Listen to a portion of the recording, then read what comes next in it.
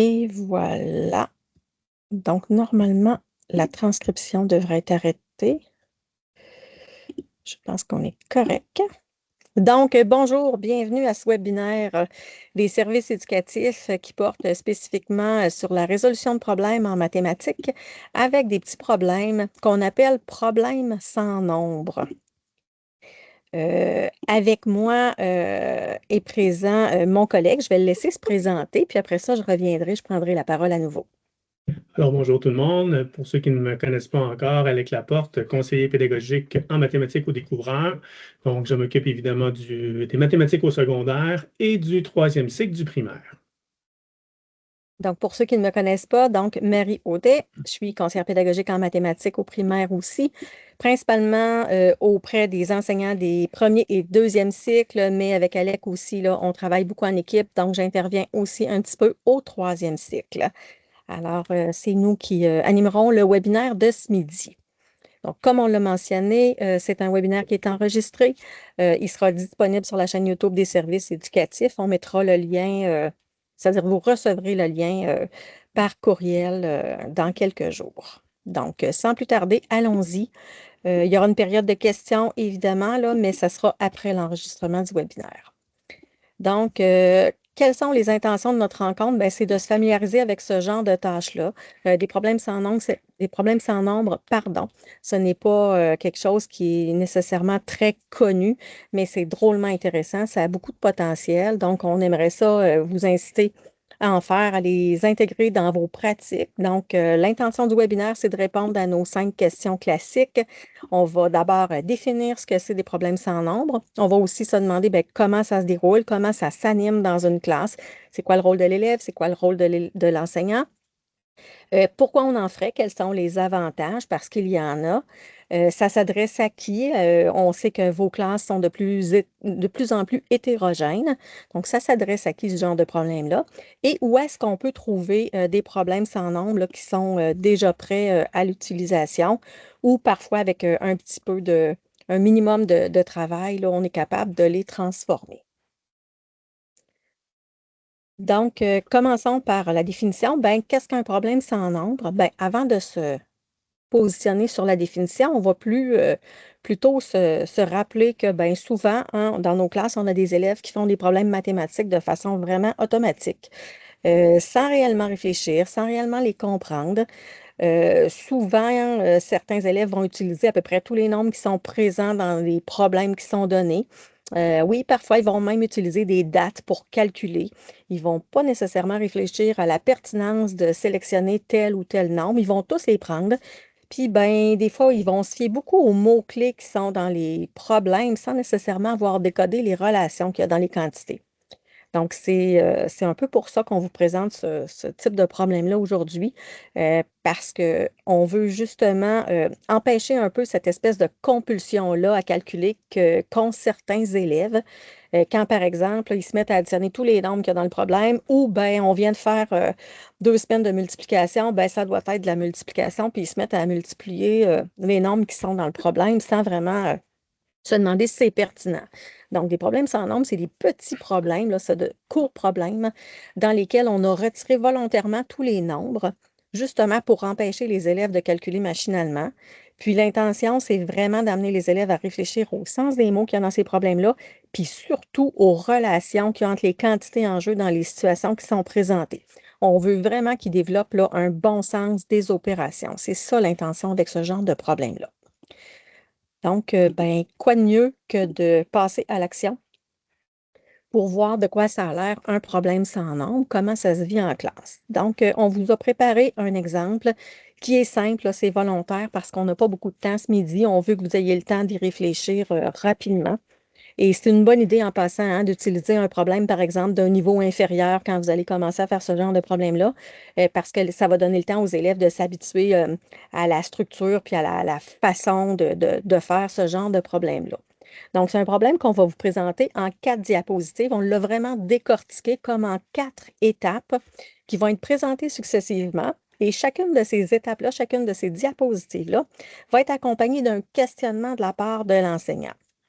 On va laisser du temps pour les élèves, pour qu'ils aient du temps pour réfléchir et pour représenter là, leur raisonnement.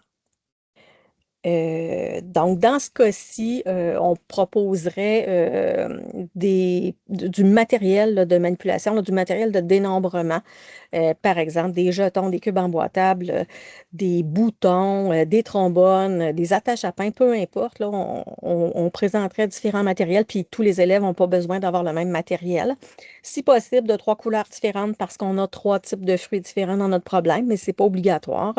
L'idée, c'est de mettre un matériel qui est diversifié pour soutenir le raisonnement, mais on ne veut pas non plus induire une stratégie plus qu'une autre.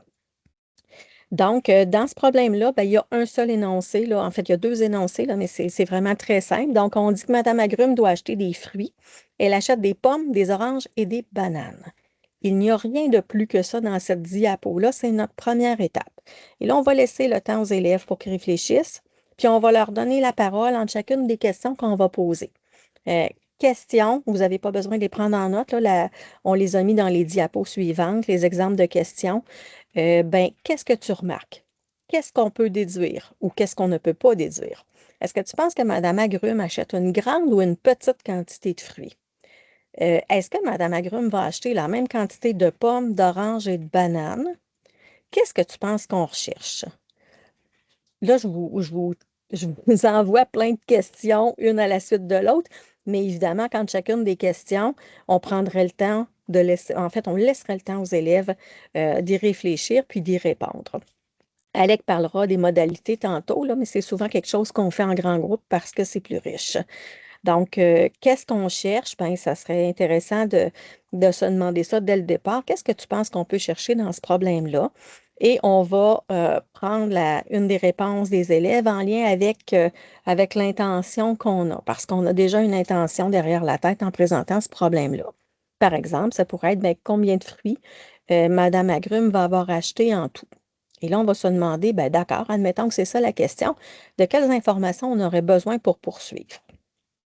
Et on va. Désolée, je gère 2 écrans en même temps. C'est pas nécessairement ma meilleure habileté. Donc, on vous donne un exemple de ce que ça pourrait être le travail de l'élève après cette première étape-là. On va lui demander de mettre son raisonnement en matériel concret, idéalement, là.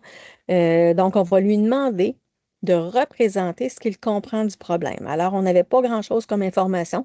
On avait que Mme Agrume achetait des fruits puis qu'elle achetait des pommes, des oranges et des bananes. Alors, c'est un exemple parmi tant d'autres de traces qu'un élève pourrait faire après la première étape, c'est-à-dire après la première diapositive.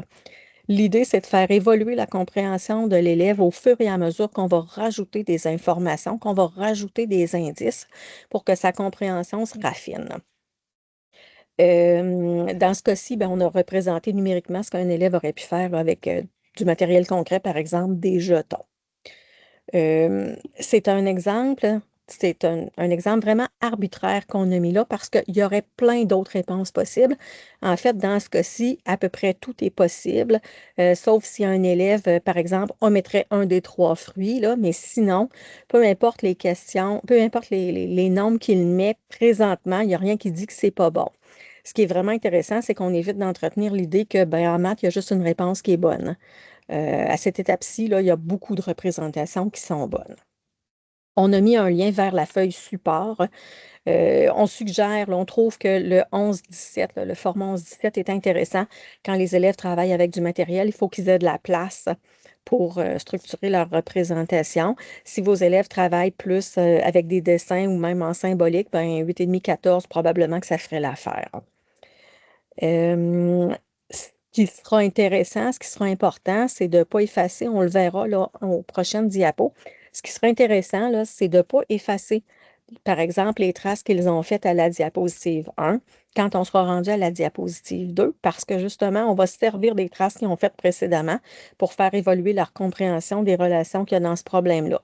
De plus, ben, ça vous donne à vous, comme enseignant, un accès au raisonnement des élèves, donc c'est chouette. On vous fait une petite mise en garde. C'est un format modifiable qu'on vous a partagé pour la feuille support. petite mise en garde, résistez à la tentation d'essayer de trop structurer la feuille parce que justement, on ne veut pas orienter la démarche. On veut vraiment favoriser une variété de stratégies personnelles et on pense qu'en la structurant le moins possible, donc vraiment 4 cases avec les titres, là, c'est suffisant pour que les élèves soient capables de s'organiser. Deuxième diapo, donc, Madame Agrumes doit acheter des fruits. Elle achète des pommes, des oranges et des bananes. C'est encore ce qui était précédemment. Et là, on a rajouté une phrase. Elle a acheté le même nombre de pommes que d'oranges. Attention, on a mis un énoncé qui est en gras juste parce qu'on est en présentation avec vous, puis on voulait rapidement que vous voyiez la différence entre les deux premières diapos. Mais avec les élèves, on ne mettrait rien en gras parce que justement, une des questions qu'on leur poserait, c'est qu'est-ce qui a changé? Qu'est-ce que tu remarques? Qu'est-ce que tu peux déduire? Bon, est-ce qu'il y en a plus? Est-ce qu'il y en a moins maintenant? Pourquoi tu penses ça? Quels sont les mots de l'histoire qui te font croire ça? Qu'est-ce que tu as appris avec cette nouvelle information-là? As-tu suffisamment d'informations maintenant pour résoudre le problème? Puis de quelles informations tu aurais besoin pour continuer? Encore une fois, c'est une banque de questions qui vous déterminerez là, qu'est-ce qui est pertinent à poser comme question en fonction du problème que vous aurez devant vous et des élèves, évidemment, qui sont dans votre classe, parce que ça va varier énormément selon qu'on enseigne au premier, au deuxième ou au troisième cycle. Donc, on vous a placé encore une fois ces questions-là et d'ailleurs, on vous les a mis, là, on vous a mis une banque de questions dans un document modifiable aussi.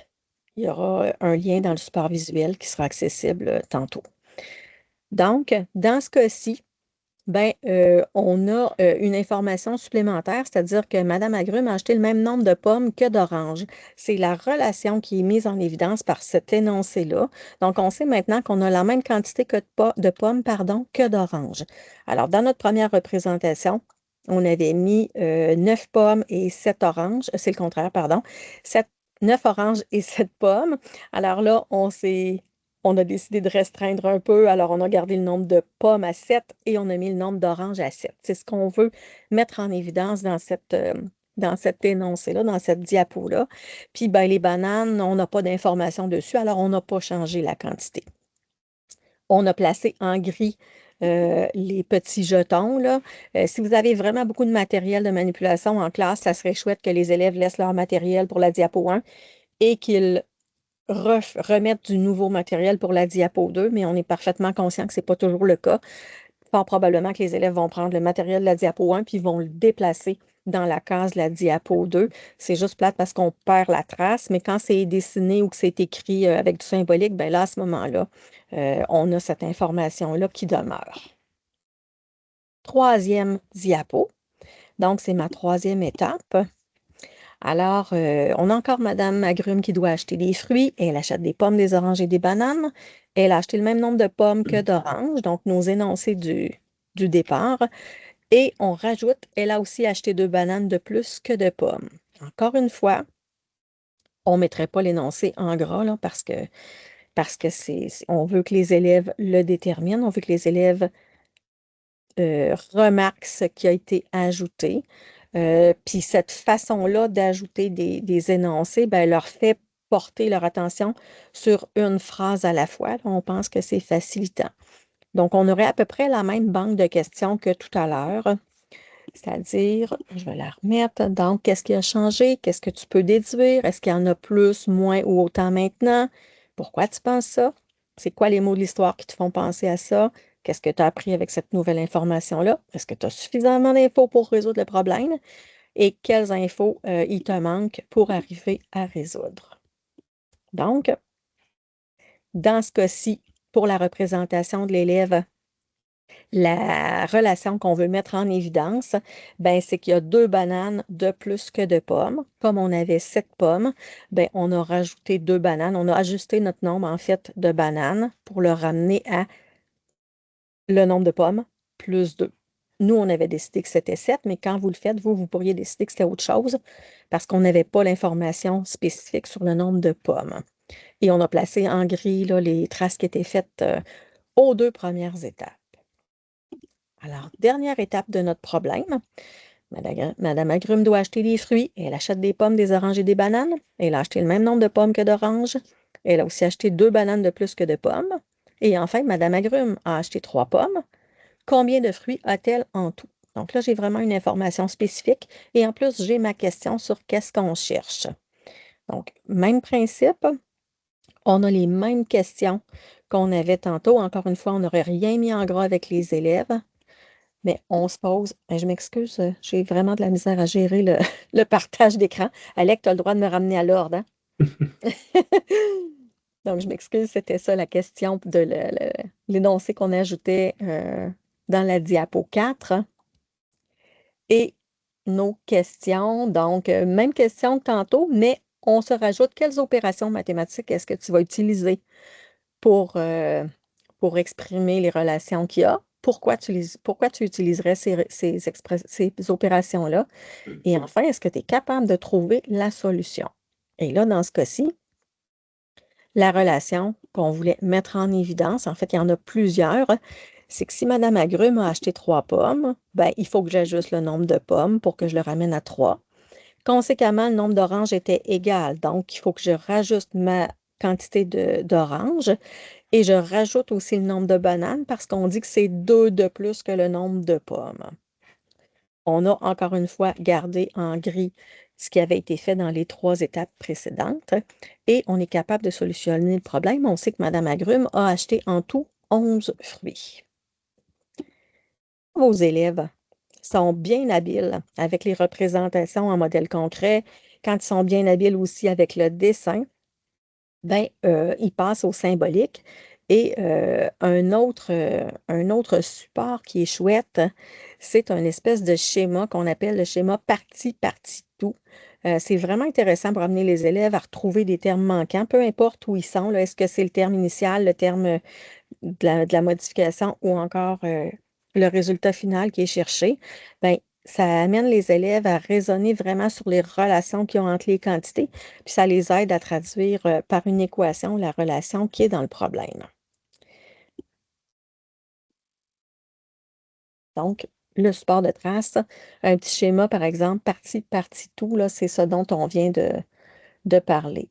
Et tantôt, à la fin de la rencontre, on vous donnera la référence de 2 livres qui sont vraiment chouettes pour travailler justement ce genre de schéma-là, autant avec les structures additives qu'avec les structures multiplicatives.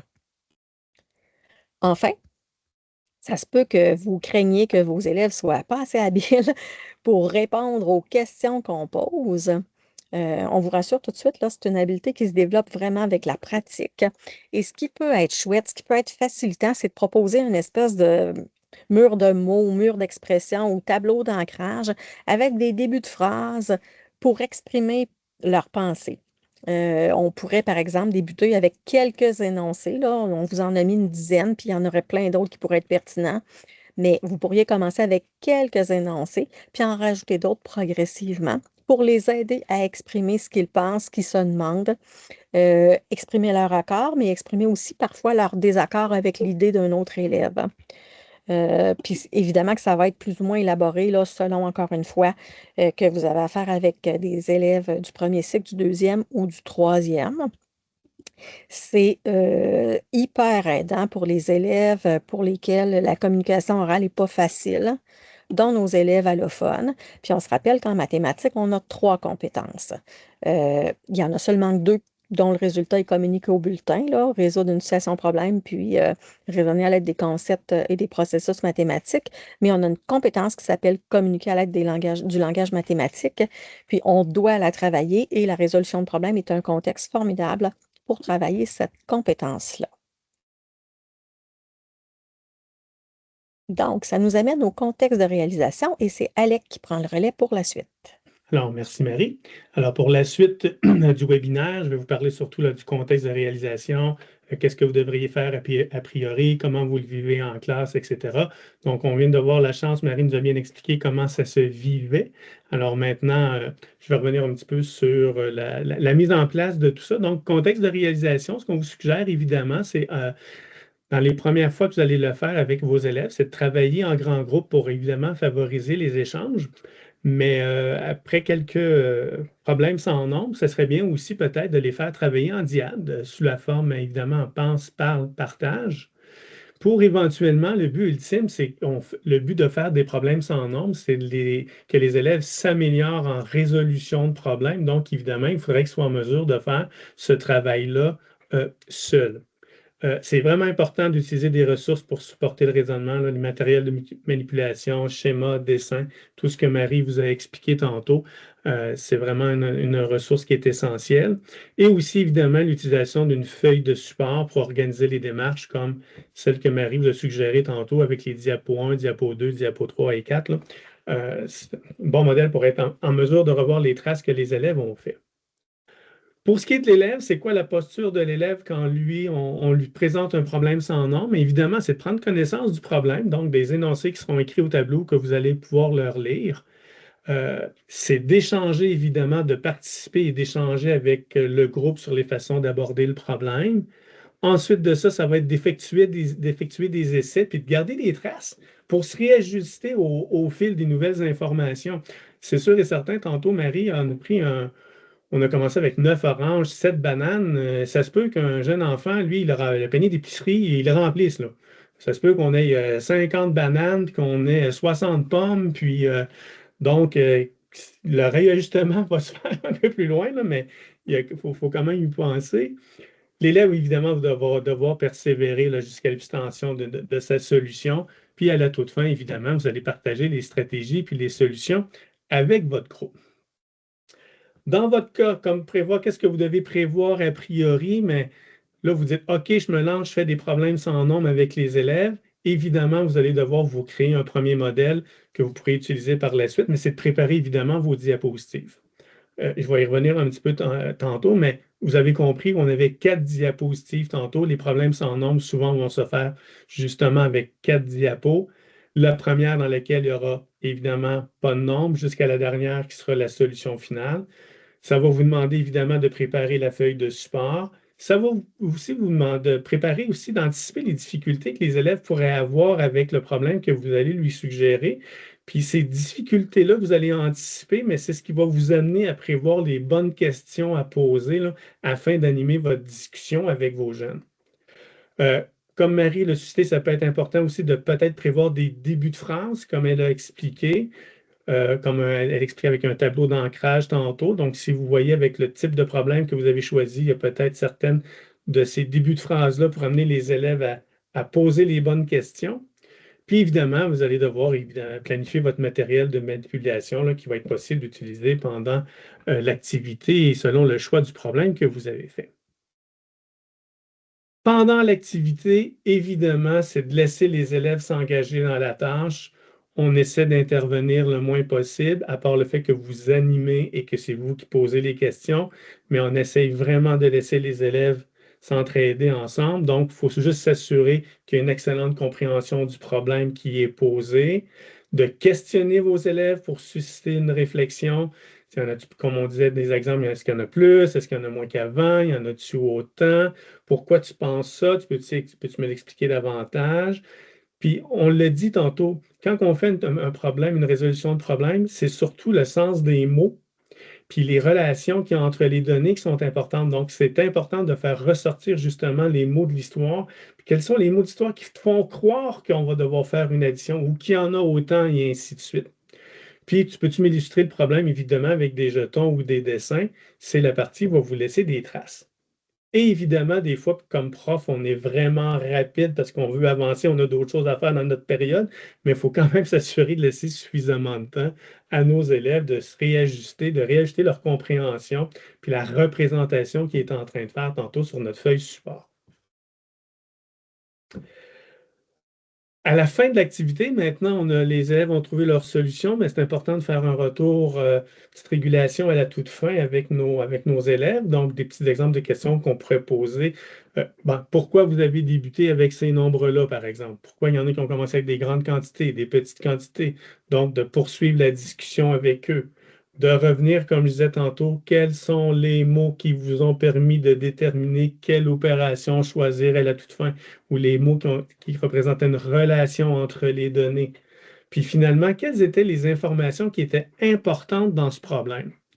On vous a donné ici un problème dans lequel les seules données qu'on a utilisées, qu'on a écrites, on devait les utiliser. Il n'y a rien qui vous empêche, dans un problème sans nombre, d'ajouter des informations, des nombres, peu importe, qui seraient non pertinents.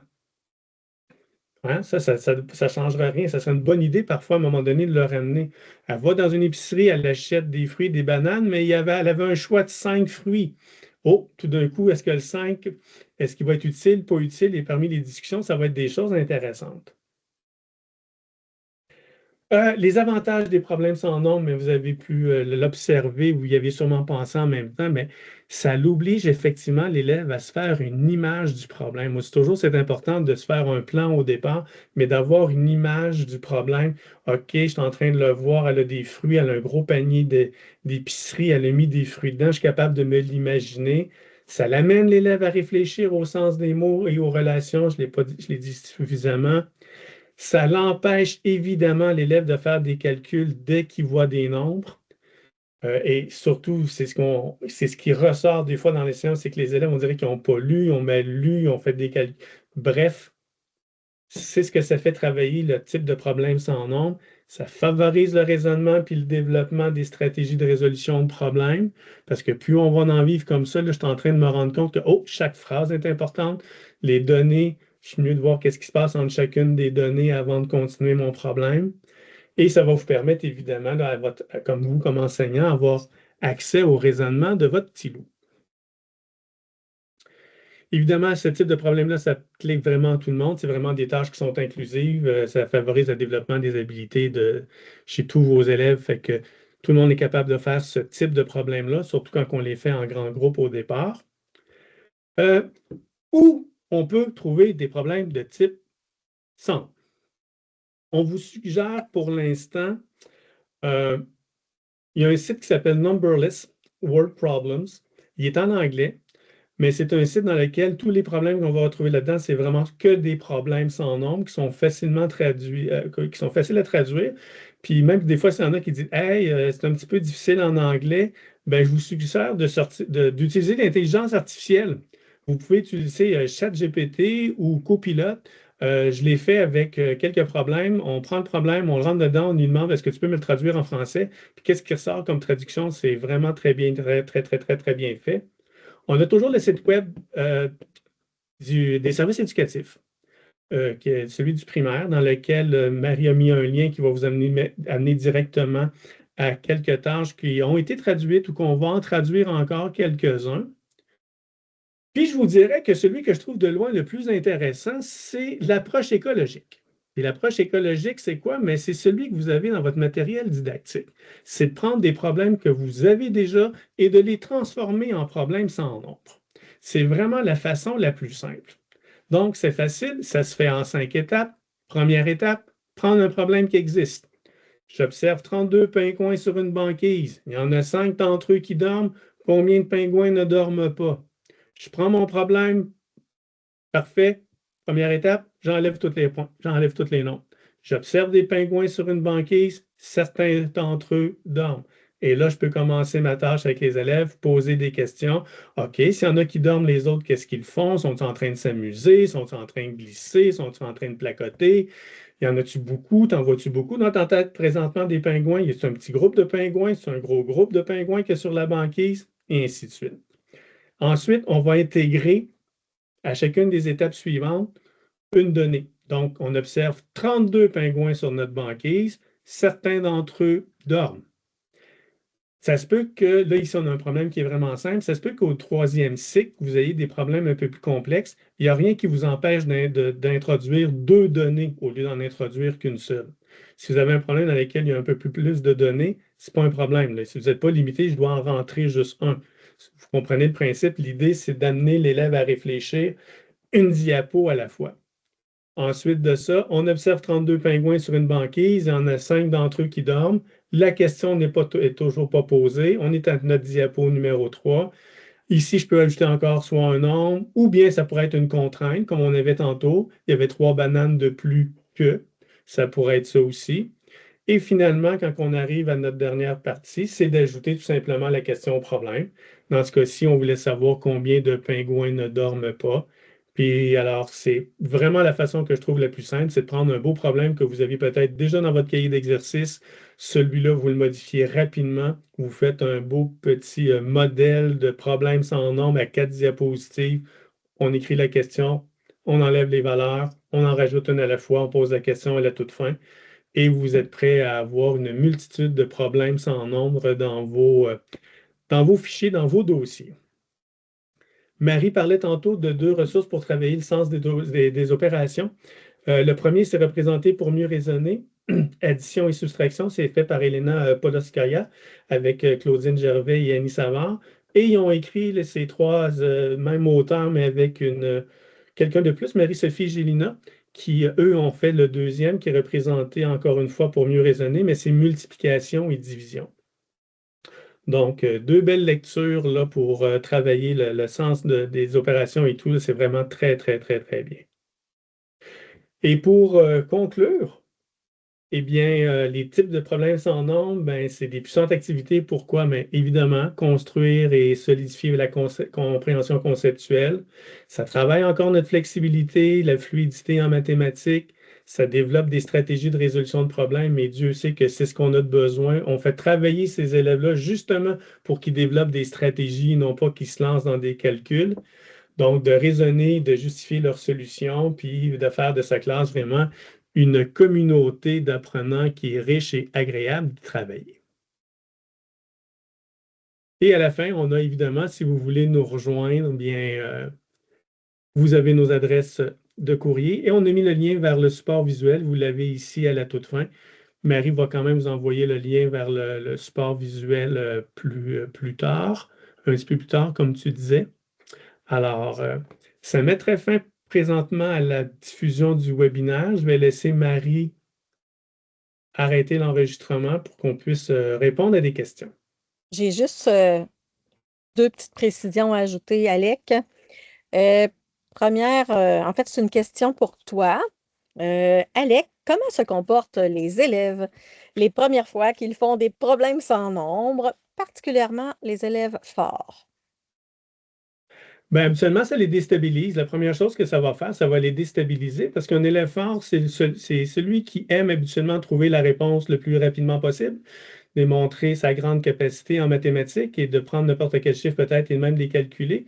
Et là, c'est comme si ça fait tout d'un coup, oups, là, je ne sais pas quoi faire. Là, je suis comme, ben, j'ai aucune idée. Peut-être qu'il va me dire, ben là, j'ai pas de nombre, comment je peux faire, etc. Fait que justement, ça va déstabiliser un petit peu les élèves forts au départ. Ça, c'est sûr et certain.